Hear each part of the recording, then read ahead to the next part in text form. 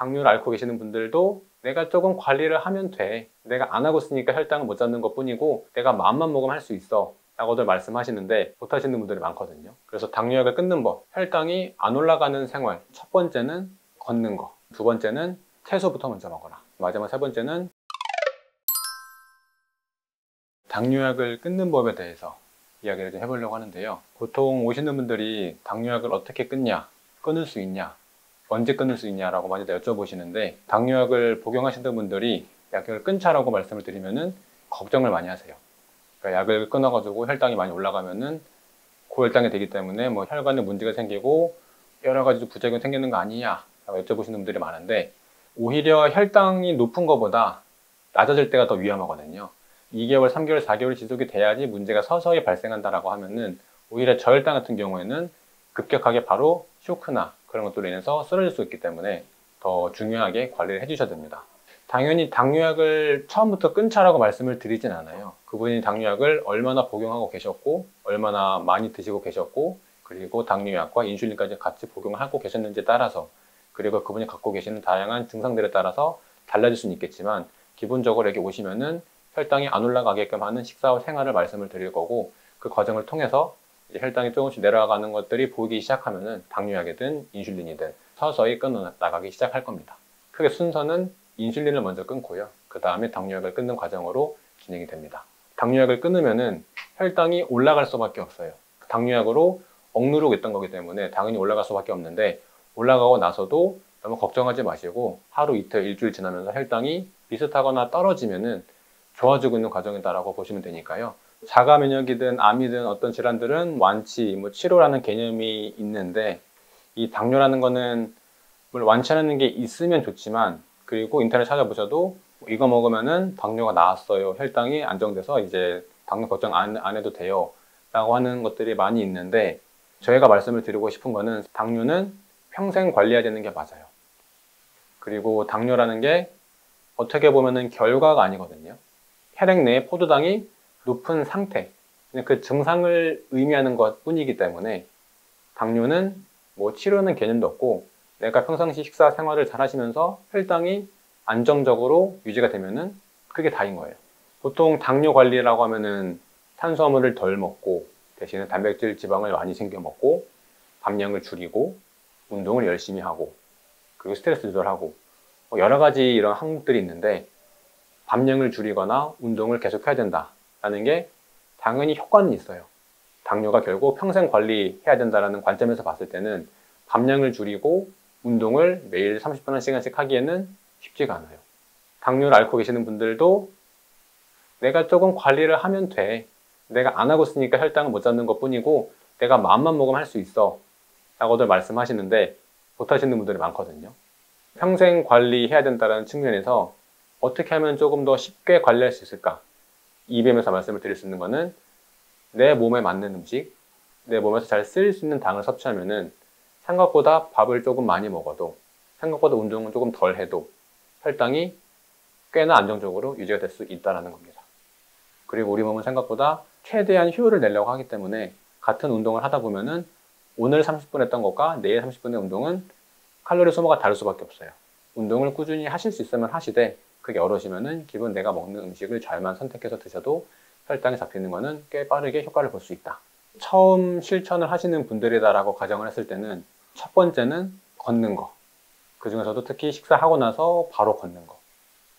식사를 하시고 나서 그 짧은 5분, 10분 걷는 것만으로도 혈당이 떨어지는 효과가 있거든요. 일단은 밥 먹고 걸으셔라. 그 다음 두 번째는 채소부터 먼저 먹어라. 혈당이 조금 덜 올라갈 거기 때문에 도움이 되실 거고요. 마지막 세 번째는 충분한 수면.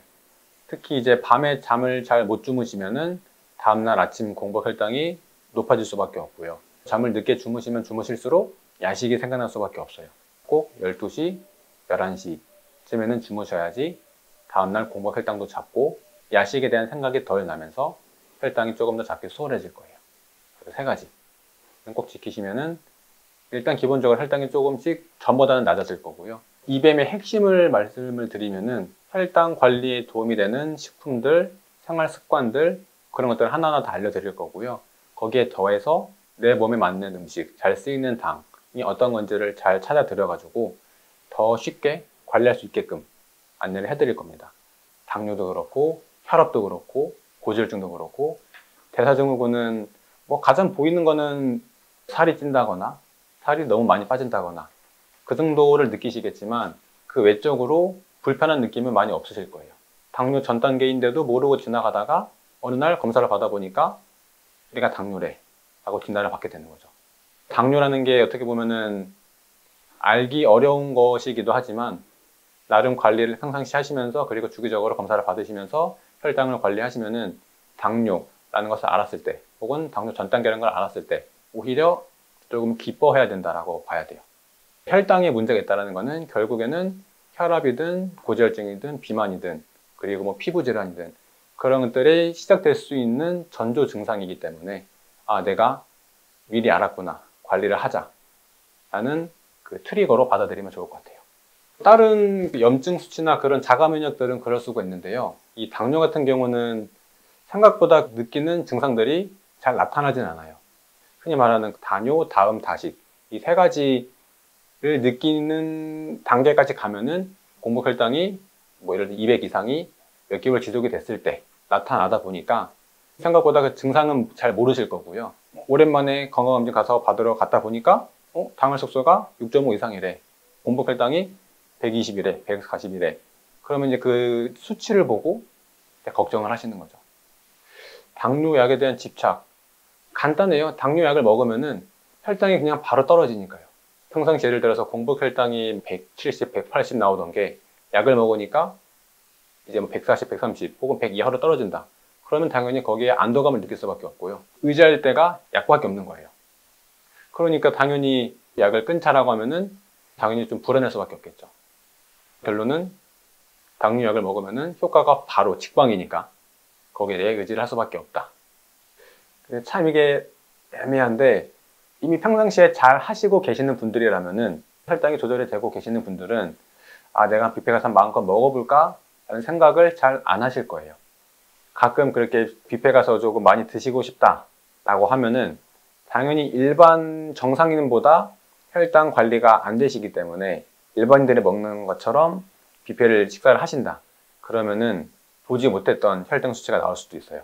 그나마 조금 차선책이다라고 하면은 샐러드를 먼저 조금 드시고 그리고 단백질을 드시고 그 다음에 탄수화물 드시는 순서대로 식사 순서를 바꿔보시면은 생각보다 양은 조금 드시면서 혈당은 생각보다 조금 안 올라갈 거예요.